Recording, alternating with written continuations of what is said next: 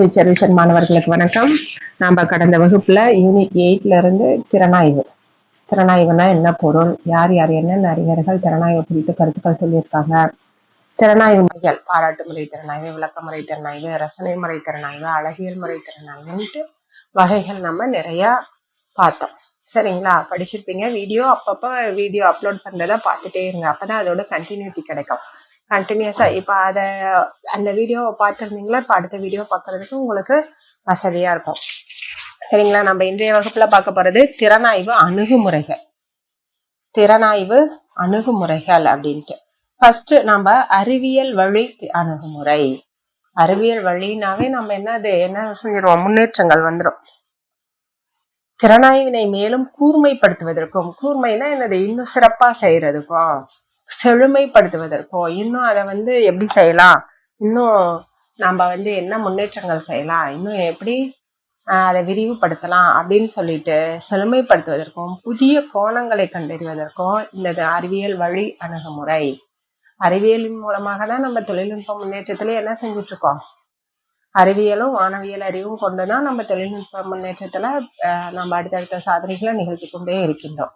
அதனால இந்த அறிவியல் வழி ஒரு திறனாய்வினை சிறப்பாக செய்வதற்கு எந்த மாதிரி செய்யலாம் அப்படின்னு கண்டறிவதற்கும் இந்த திறனாய்வு பயன்படுது. இலக்கியத்தின் கட்டுமானங்களையும் பாடுபொருள்களையும் புதிய கோணத்தில் அறிவதற்கு பயன்படுது. புதிய கோணத்துல நோக்கிறது. பழைய ஒருத்தர் செஞ்சதையே அப்படியே திரும்ப திரும்ப செய்யாம இன்னும் இதுல இருந்து இன்னும் எப்படி டெவலப் பண்ணலாம், இன்னும் என்ன வழி இருக்கு, எந்த மாதிரி செஞ்சா இன்னும் நம்ம யாரும் எதிர்பார்க்க முடியாத அளவென கண்டறிய முடியும், அந்த மாதிரி எல்லாம் அறிவதற்கும் இந்த அறிவியல் வழி திறனாய்வுங்கிறது பயன்படுது. சார்பியல் கோட்பாடு அப்படிங்கிறது இந்த திறனாய்வுக்கு ஒரு புதிய கோணத்தை தரக்கூடியது. Relatively theory. அதான் இப்போ ஒண்ணு செஞ்சிருக்காங்கன்னா அதை சார்ந்து, அந்த திறனாய்வுக்கு பயன்படக்கூடிய அதை சார்ந்து இன்னும் எப்படி நாம முன்னேற்றம் அடைய செய்யலாம் அப்படின்னு கண்டறியறதுக்கு. காலம், இடம், தளம் இது எல்லாமே தேவை. இணைவும் சார்புமாகிய பண்புகளும் திறனாய்வில் இது காணும் கவனத்தை பெறவில்லை. சார்பியல் கோட்பாடு இதற்கு பெரிய உதவுகிறது. எல்லாமே காலம், இடம், தளம் இது எல்லாமே நமக்கு வேணும். சூழ்நிலை சிறப்பா அமைஞ்சாதான் ஒரு செயலை வெற்றிகரமா நம்ம அடைய முடியும். ஐன்ஸ்டீன் சொல்லியிருக்காரு, கோபல்ல கிராமம், கீராவோட கீரா ரங்கராஜனோட கோபல்ல கிராமம் அப்படிங்கிற கதை 200 ஆண்டுகால வரலாறு. இது ஒரு கதைமா. ரங்கராஜன் அப்படிங்கிறவர் எழுதியிருப்பாரு கோபல்ல கிராமம் அப்படின்னு சொல்லிட்டு அந்த கிராமத்து கதையை. அது 200 ஆண்டுகால வரலாறு. அது நனவோடை, அது உத்தி நாவல். இது யுலிசிஸ் ஜேம்ஸ் ஜாய்ஸ் அப்படிங்கிறவர் எழுதியிருப்பாரு. நனவோடை உத்தி நாவல் பேர் என்னது, யுலிசிஸ். இதை எழுதியவர் ஜேம்ஸ் ஜாய்ஸ். அதே மாதிரி கீரா எழுதிய நாவல் கோபல்ல கிராமம். 200 ஆண்டுகால பழமையான வரலாறு சொல்றதுதான் இந்த கோபல்ல கிராமம். லாசாரா, இவர் லாசா ராமாமிர்தம் சொல்லுவாங்க. இவர் அபிதா புத்ர அப்படிங்கிற கதைகளை எழுதியிருப்பாரு. அபிதா புத்ர அப்படிங்கிற கதைகள்லாம் இவர் எழுதியிருப்பார். லாசா ராமாமிர்தம் அப்படிங்கிறவர் இந்த கதைகளை சொல்றாரு. சிலப்பதிகாரமும் இதுக்கெல்லாம் அந்த அறிவியல் வழிக்கு ஒரு எடுத்துக்காட்டா இதெல்லாம் சொல்றாங்கம்மா. சிலப்பதிகாரமும் ஒரு அறிவியல் வழி அணுகுமுறை தான். திறனாய்வுக்கு உதவக்கூடிய அறிவியல் கோட்பாடுகள்னு பார்த்தோம்னா பரிணாம கோட்பாடு, உறுப்பியல் கோட்பாடு, நவீன தகவலியல் கோட்பாடு இதெல்லாம் உதவுறது. பரிணாமம், உறுப்பியல், நவீனம், அடுத்தடுத்து நவீன தகவலியல் கோட்பாடு இதெல்லாம் உதவியா இருக்கு. சார்பியல் கோட்பாட்டை அளித்தவர் தான் யாரு, ஐன்ஸ்டீன். சார்பியல் கோட்பாட்டை அளித்தவர் தான் யாரு, ஐன்ஸ்டீன். யுலிசஸ் நாவல் எழுதியவர் ஜேம்ஸ் ஜாய்ஸ். பார்த்தோம், ஜேம்ஸ் ஜாய்ஸ். யுலிசஸ் அப்படின்னு கூட நமக்கு இது புதுமையா இருக்குன்னு கூட கேட்கலாம். யுலிசஸ் என்ற நாவலை எழுதியவர் ஜேம்ஸ் ஜாய்ஸ். இந்த நாவல்ல இருந்தே அவருக்குரிய பெயரை நம்ம கண்டுபிடிச்சிடலாம். அந்த மாதிரிதான் இருக்குது. சார்பியல் கோட்பாட்டு முக்கியமா ஐன்ஸ்டீன். சார்பியல் கோட்பாட்டை அளித்தவர் யாரு, ஐன்ஸ்டீன். இந்த சார்பியல் கோட்பாடு தான் அந்த திறனாய்வுக்கு ஒரு புதிய வடிவத்தை கொடுத்தது. அறிவியல் வழி அணுகுமுறைக்கு ஒரு புதிய கோணத்தை கொடுத்தது எது அப்படின்னு சொல்லிட்டு சார்பியல் கோட்பாடு, பரிணாம கோட்பாடு, உருவியல் கோட்பாடு, நவீன தகவலியல் கோட்பாடு இப்படி கூட நமக்கு ஆப்ஷன் கேட்கலாம். நீங்க வந்து சார்பியல் கோட்பாடுன்னு சரியா எழுதிடணும். இதை படிச்சீங்கன்னாவே நமக்கு ஞாபகம் வந்துடும். இப்ப நான் சொன்னதை கேட்டீங்களாவே கண்டிப்பா நம்ம எக்ஸாம்ல ஞாபகம் வந்துடும். அடுத்தது சமுதாயவியல் திறனாய்வு. இலக்கியம் என்பது சமுதாயத்தின் புலப்பாடு. சமுதாயத்துல நடக்கிறது தான் இலக்கியமா எழுதுறாங்க. எங்கேயாவது அது நடந்திருக்கும், நமக்கு தெரியாத இடத்துல கூட நடந்திருக்கும். அததான் இப்ப ஒவ்வொரு கதை புக்கும் ஒவ்வொன்றுமே யாராவது ஒருத்தர் கதையா தான் இருக்கும், எங்கேயாவது நிகழ்ந்திருக்கும். நம்ம படங்களே பாக்குறோம்ல, எல்லாமே அதேதான். படங்கள்ல வர்றதெல்லாம் ஒரு சிலதெல்லாம் உண்மை காட்சி, உண்மை படம் அப்படின்னு சொல்லியே போடுவாங்க. அதெல்லாம் வந்து நிகழ்வுகள் தான். தே பொனால்ட் அப்படிங்கிறவர் எழுதியிருக்காரு. இலக்கியம் என்பது சமுதாயத்தின் புலப்பாடு அப்படின்னு சொன்னவர் யாரு? தே பொனால்ட். இது கூட முக்கியமா, ஏன்னா திறனாய்வுன்னு வரும்போது இந்த யூனிட்ல இருந்து கொஸ்டின் எடுக்கணும், 10 கொஸ்டின் எடுக்கணும். அப்ப இதெல்லாம் நமக்கு கொடுக்கறதுக்கு வாய்ப்பு இருக்கு. இப்போ ஒவ்வொரு யூனிட்டும் பிரிச்சுக்குவாங்க, எத்தனை கொஸ்டின் இதுபடிதான் போடுவாங்க. பிரிச்சு ப்ளூ பிரிண்ட் படி சும்மா அவங்க இஷ்டத்துக்குலாம் கொஸ்டின் எடுக்க மாட்டாங்க, ரூல்ஸ் இருக்கு. அந்த மாதிரி ஒவ்வொரு யூனிட்டுக்கு எடுக்கும் போது நம்ம கேட்கலாம்.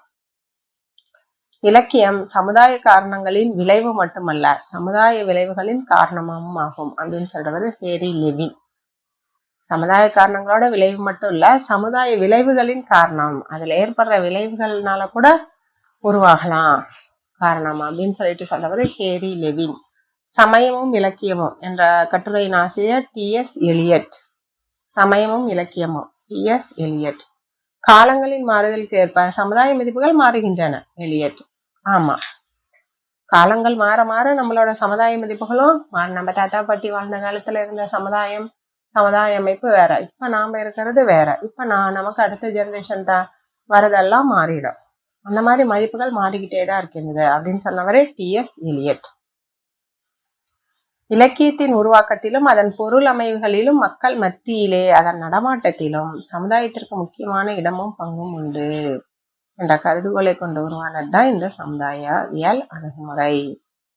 இலக்கியம் உருவாக்குறோம்னா அந்த சமுதாய அமைப்புலையும் சமுதாயத்திற்கு முக்கிய இடம் இருக்கு. அந்த சமுதாயத்துல இருக்கக்கூடிய பொருள் அமைவுகளிலும் மக்கள் மத்தியில எந்த அளவுக்கு அதை புரிந்து கொண்டு அதை ஏத்துக்கிட்டு செயல்படுறாங்க அப்படிங்கிறதுலயும் ஒரு முக்கியமான இடம் இருக்கு. அதுதான் சமுதாயவியல் அணுகுமுறை. இப்ப ஒன்றும் இல்லை, சமுதாயவியல் அணுகுமுறைனா சமுதாயத்துல எப்படி ஏத்துக்கிறாங்க, மக்கள் ஏத்துக்கிட்டு அதை செயல்படுத்துறாங்க, எப்படி அது வந்து இருக்கு அப்படின்னு சொல்லி ஆராயறது தான் சமுதாயவியல் அணுகுமுறை.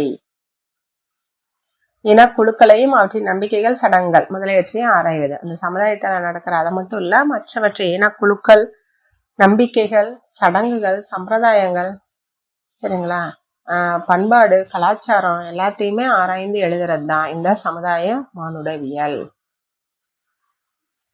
பழந்தமிழ் இலக்கியங்களை ஆராய்வதற்கும் பயன்படுத்த. பழங்காலத்தெல்லாம் இப்படி எல்லாம் செஞ்சாங்க, இந்த மாதிரி எல்லாம் சடங்குகள் செஞ்சாங்க, மக்கள் எல்லாம் இப்படி இருந்தாங்க, நீங்க என்ன இப்படி இருக்கீங்க, இந்த மாதிரி எல்லாம் கடைபிடிக்கணும் அப்படின்னு ஒவ்வொரு நிகழ்வுக்கும் ஒரு சடங்கு சம்பிரதாயங்கள் இருக்கு.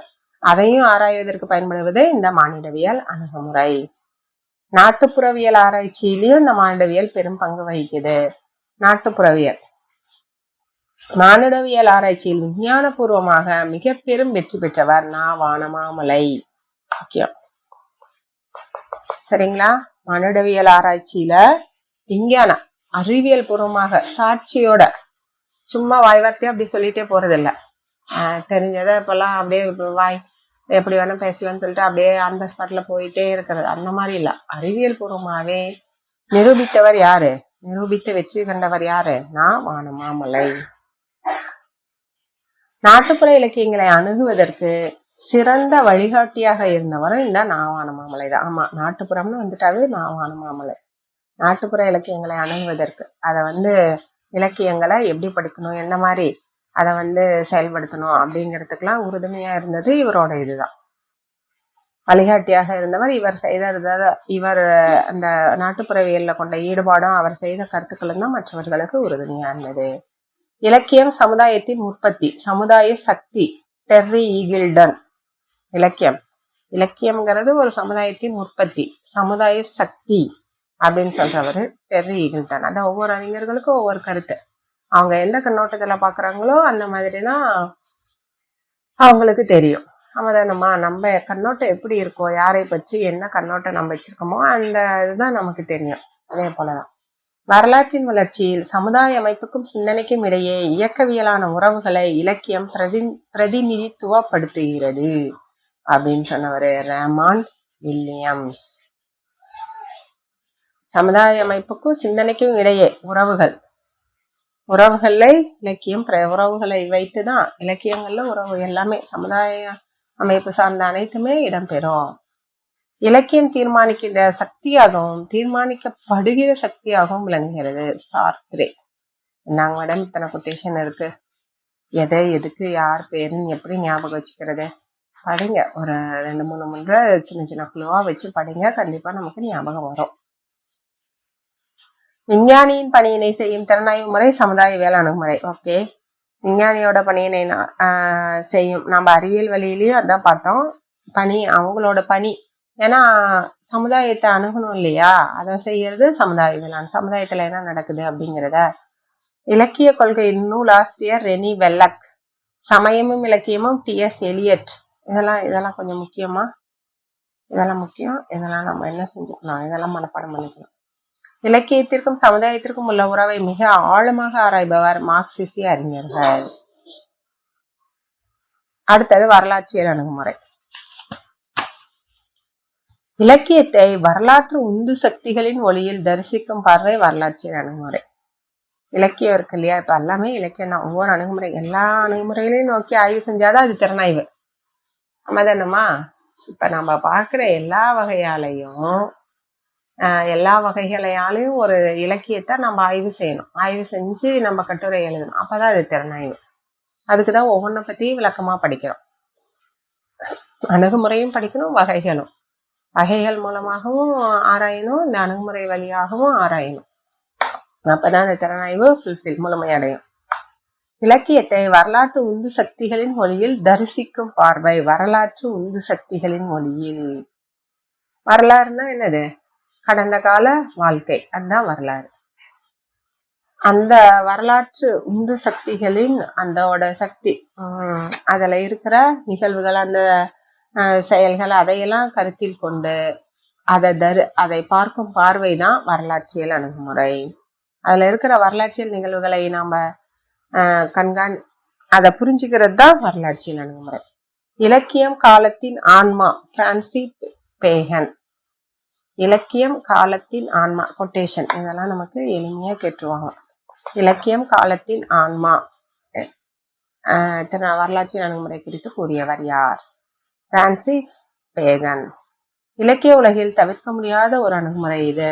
ஆங்கில உலகில் இலக்கியத்தின் வரலாற்றை முதலாக எழுதியவராக கருதப்படுகின்றவர் தாமஸ் வார்டன். ஆங்கிலத்துல எழுதியவர் யாரு அப்படின்னு பார்த்தோம்னா, இலக்கியத்தின் வரலாற்றை தாமஸ் வார்டன் அப்படிங்கிறவர்.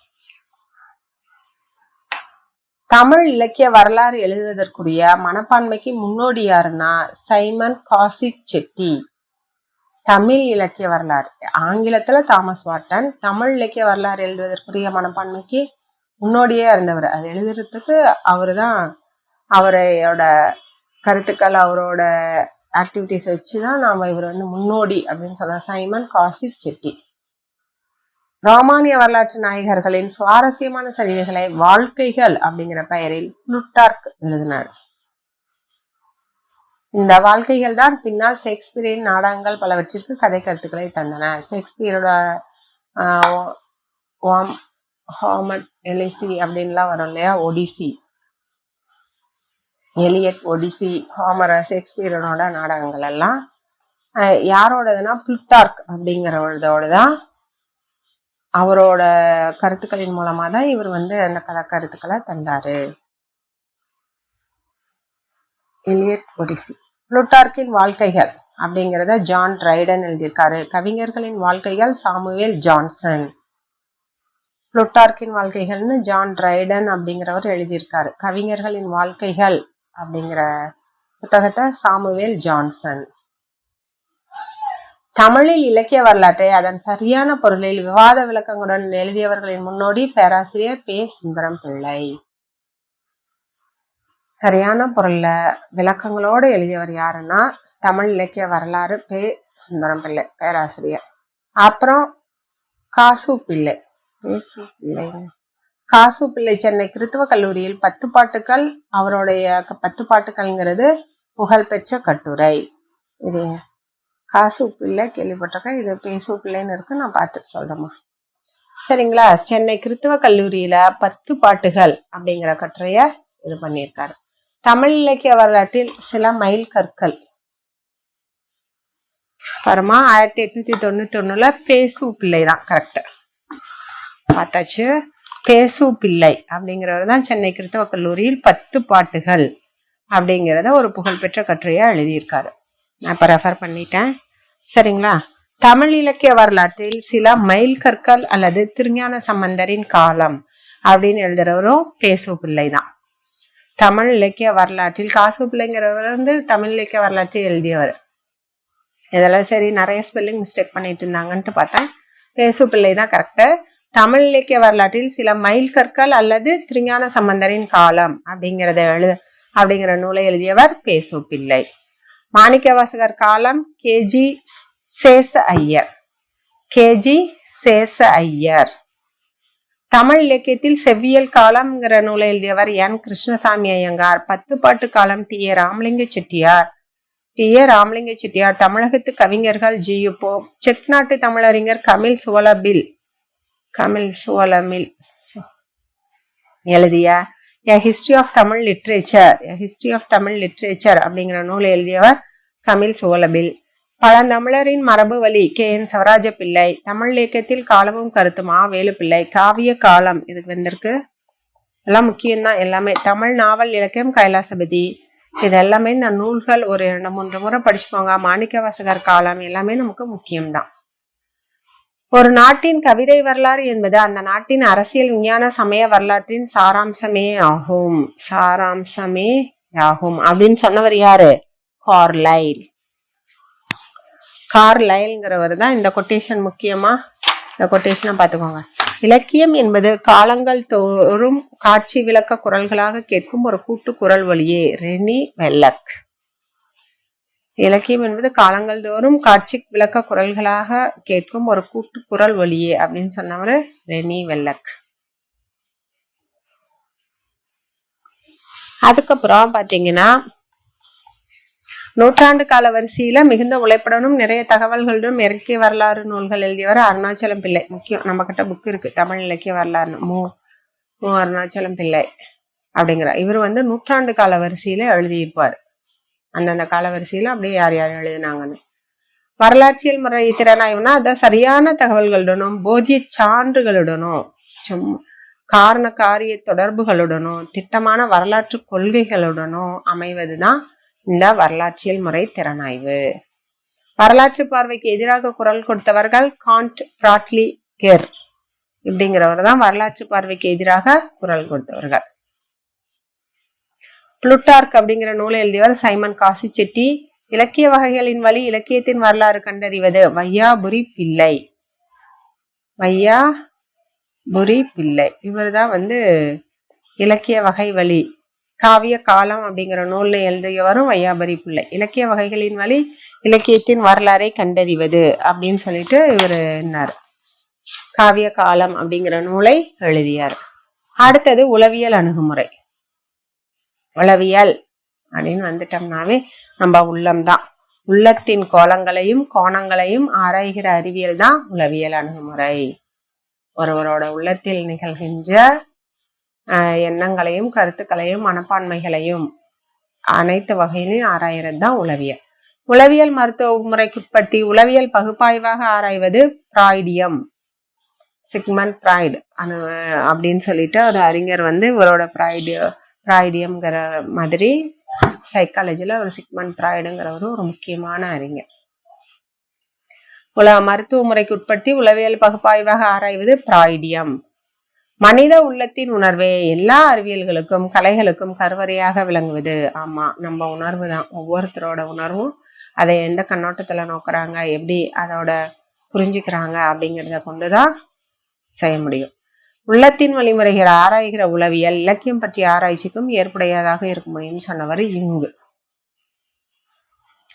குறிப்பிட்ட ஒரு இலக்கியம் என்றில்லாமல் பொதுவான நிலையில் இலக்கியத்தின் பிறப்பு அல்லது வழிமுறை பற்றி அறிவதற்கு விளக்க முறையில் அக்கறை கொள்வதுதான் உளவியல் திறனாய்வு.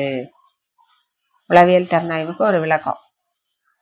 இலக்கியத்தின் பிறப்பு அல்லது வழிமுறை அதை பற்றி அறிவதற்கு விளக்க முறையில் அக்கறை கொள்வதுதான் உளவியல் திறனாய்வு. சாதாரண சங்கதியை, செய்தி, செயலை சாதாரணமாக இயல்பாக பார்க்காமல் ஒரு அற்புதமான மாயமான ஆற்றலாகவும் பொருளாகவும் ஒரு கனவு தோற்றத்தின் தன்மையோட பார்ப்பதுதான் வினோதப்படுத்துதல். வினோதப்படுத்துதல் அப்படின்னு சொல்றாங்க. வினோதமா பாக்குறோம். என்னடா இயல்பா நடக்கிறத ஒண்ணே அப்படியே வினோதமா பாக்குறான். சாதாரணமா நடக்கிறதையே ஒரு சிலர் அதை பத்தி இதுக்கு முன்ன பின்ன பார்த்ததே இல்லைன்னா வினோதமா தான் பார்ப்பாங்க. கவிஞன் வினோதமாக்குதலை கட்டுப்படுத்தி அதனை ஆள்கிற திறனுடையவன் அப்படின்னு சொல்றது லியோனல் ட்ரில்லிங். கனவுகளின் விளக்கம் ஃப்ராய்டு. முக்கியம். கனவுகளின் விளக்கம் யாருடைய நூல்? ஃப்ராய்டு. முழுமான பெயரை சிக்மண்ட் ஃப்ராய்டு அப்படின்னு சொல்லுவாங்க. மனநோயாளிகளை அவர்களுடைய கனவுகளை கேட்டறிந்து மனநோய்களுடைய மூலங்களை அறிந்து அதற்கு வழி கூறியவர் ஃப்ராய்டு.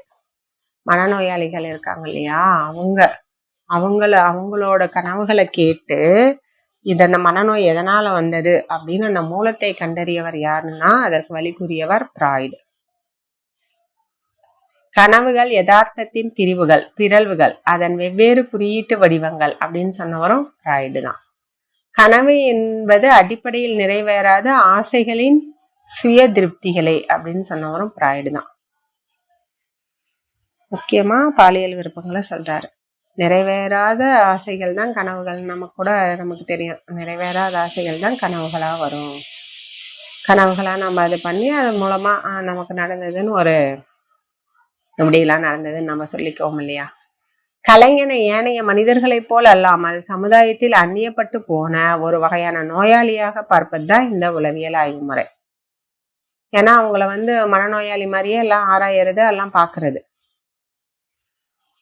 கலைப்படைப்பின் உள்ளமிழ்ந்த பொருள்களையும் ஒரு மனிதன் என்ற முறையில் கலைஞனின் மன உணர்வுகளையும் உளவியல் ஆராய்ச்சியினால் விளக்க முடியும். இதெல்லாம் அவங்களோட கருத்துக்களை சொல்றாங்க. ஃப்ராய்டு பாருங்க, ஒவ்வொரு ஆண்மகன் உள்ளத்திலையும் தாய் மீது அதிகமான பாசம் இருக்கும். அதே மாதிரி தந்தை மீது பெண்களுக்கு அதிகமான பாசம் இருக்கும். அந்த விளக்கம் கொடுத்தவர் யாருன்னா ஃப்ராய்டு தான்.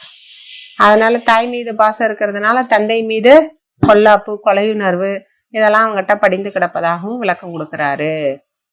தாய்க்கு ஏதாவது கஷ்டம் துன்பம் வந்துச்சுன்னா அப்பானால அவங்கள என்ன செய்வாங்க, அவங்க மேல கோபம் படுறது, அடிக்கிறது, இந்த வேலையெல்லாம் செய்வாங்க அப்படின்னு சொன்னவங்க ஃப்ராய்டு. அடுத்தது பாருங்க, நனவோடை. ஒரு மாந்தர், ஒரு கதை மாந்தர் இருக்காங்கன்னா அவங்க வாழ்க்கையில நடக்கிற உளவியல் வாழ்க்கையையும் அதன் முனைப்புகளையும் அவர்களோட போக்கிலேயே போய் சித்தரிக்கணும். நிகழ்ச்சிகளையும் அனுபவங்களையும் சொல்லும் போது அதை அப்படியே உணர்வு பூர்வமா நம்ம கேட்கணும்.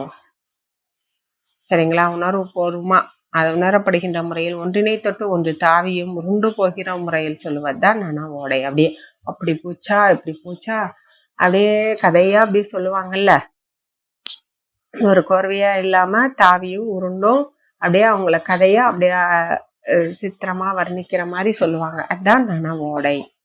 ஜீவனாம்சம்ங்கிற நாவல் எழுதியவர் லாசாரா. இதனை மனக்குகை ஓவியங்கள், ஜீவனாம்சம் நாவல் லாசாரா இதனை மனக்குகை ஓவியங்கள்னு எழுதியிருக்காரு.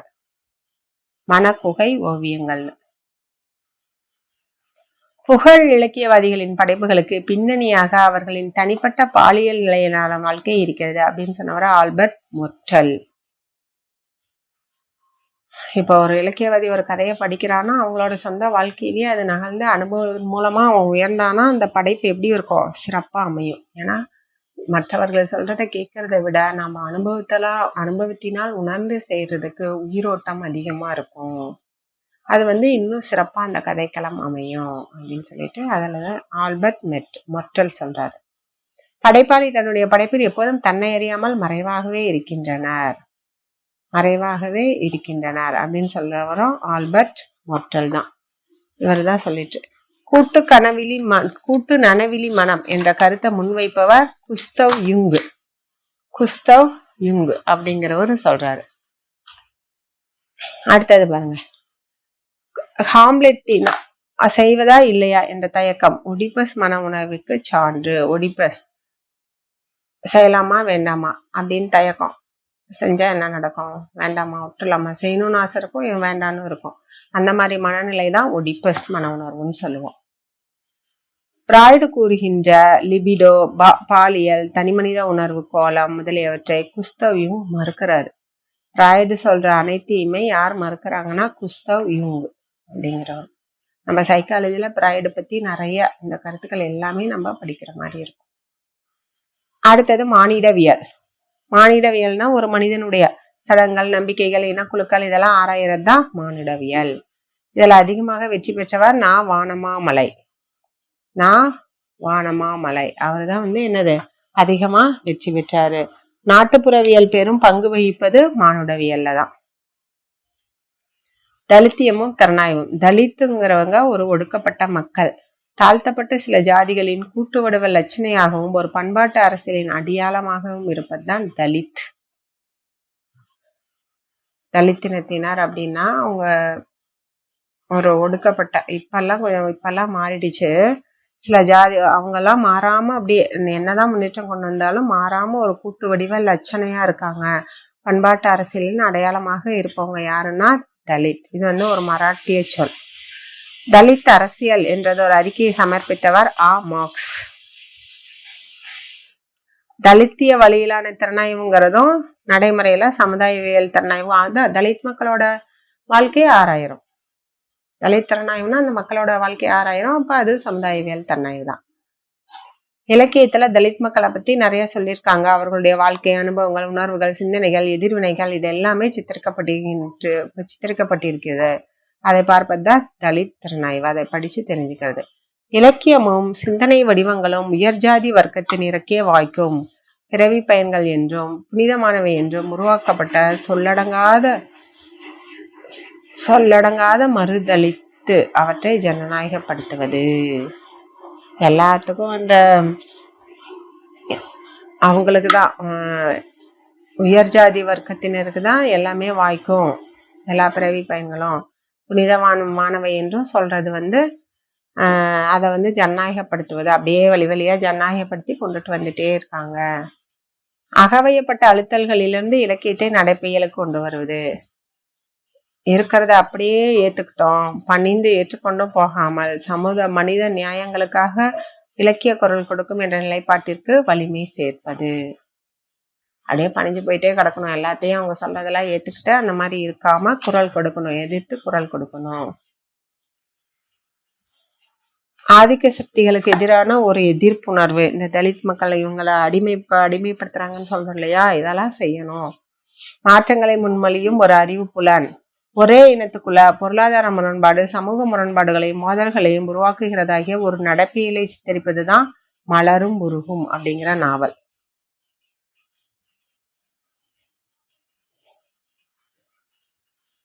சரிங்களா? ஒரே இனத்துக்குள்ள இருக்கிற பொருளாதார முரண்பாடு, சமூக முரண்பாடுகள், மோதல்கள் இதெல்லாம் வந்து இருக்கிற ஒரு நடப்பியலை சித்தரிப்பது தான் மலரும் உருகும் அப்படிங்கிற நாவல். தென் தமிழக பல்லர் மலரும் உருகும் ஒரு நாவல் இருக்குதா? இது பாருங்க, ஒரே இனத்துக்குள்ள பொருளாதார முரண்பாடு, சமூக முரண்பாடுகளையும் மோதல்களையும் அப்படிங்கிற அந்த உருவாக்க ஒரு நடப்பியலை சித்தரித்து காட்டுறது மலரும் சருகும் அப்படிங்கிற நாவல் தான். மலரும் சருகும், உருகும் இல்ல சருகுங்கிற நாவல் தான். தென் தமிழக பல்லர் மக்களின் வாழ்நிலைகளை வரலாற்று நிலையில் விளக்கமாக பேசும் நாவல் எதுன்னா பூமணியின் அஞ்ஞாடி. பூமணியினோட அஞ்ஞாடி அப்படிங்கிற நாவல் தான் பல்லர் மக்களின் வாழ்நிலைகளை வரலாற்றியல் நிலையில் விளக்கமாக பேசுறது. சோ தர்மன், ஜேபி சாணக்கியா, பாமா, கண்மணி, குணசேகரன் இவங்கெல்லாம் மதிவண்ணன் இவங்க எல்லாருமே சேர்ந்து குரல் கொடுத்தவங்க. தமிழ் சூழலில் ஒடுக்கப்பட்டதற்காக குரல் கொடுத்தவர்கள் யாருன்னா அயோத்திதாசர், டாக்டர் BR அம்பேத்கர். தமிழ் சொல்ல இவங்கெல்லாம் வந்து குரல் கொடுத்தவங்க. அடுத்தது ஜெயகாந்தனோட பகல் நேரத்து பேசஞ்சர் வண்டி நூலில் அம்மாசி கிழவன் என்னும் ஒரு தலித் மனிதனை யதார்த்தமாகவும் அனுதாபத்துடனும் காட்டுது. பேசஞ்சர் வண்டி அப்படிங்கிற ஒரு நூல் யாரோடதுன்னா அம்மாசி கிழவன் அப்படிங்கிற ஒரு தலித் மனிதனை அப்படியே அவரோட கதையை யதார்த்தமா சுட்டி காட்டுது. பழமளங் சனங்களின் கதை. இரவில் வாங்கினோம் இன்னும் விடியவில்லை. அரங்கநாதன். முக்கியமா? அதெல்லாம் முக்கியம். இரவில் வாங்கினோம் இன்னும் விடியவில்லை கேட்டிருக்காங்க. அரங்கநாதன். குடிசை முகில் ராமையா முதல் தலித் நாடகம். குடிசை முகில்ங்கிறது ராமையாவோட தலித் நாடகம்.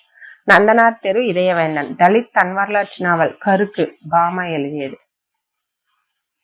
தன் வரலாற்று நாவல் பாமா எழுதியிருக்காங்க. பேரு கருக்கு.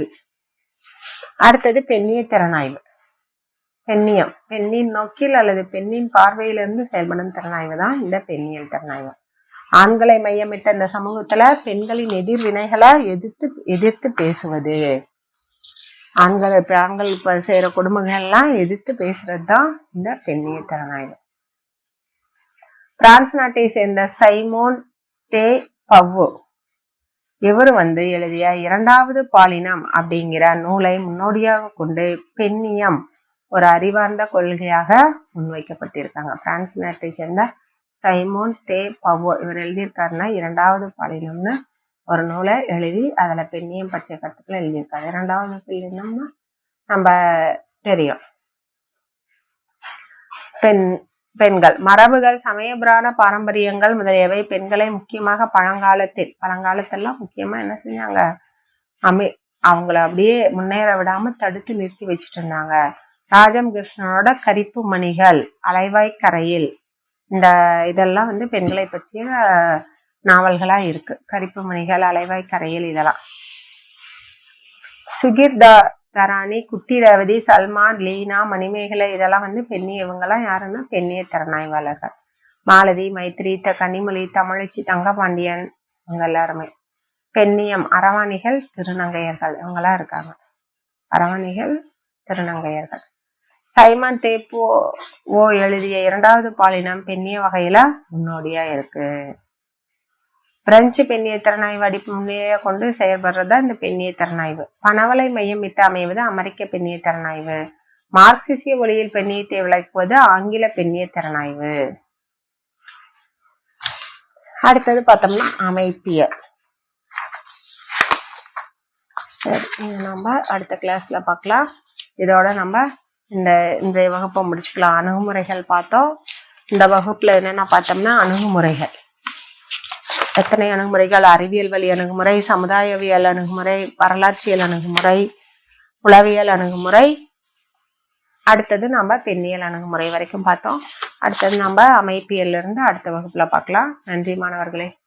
Future Vision Study Center, second floor, AVK Maruti Plaza, opposite Hotel Lakshmi Prakash, SKS Hospital Road, New Bus Stand, Salem 4. For contact 90420 30163 and web address www.futurevision.ias.com.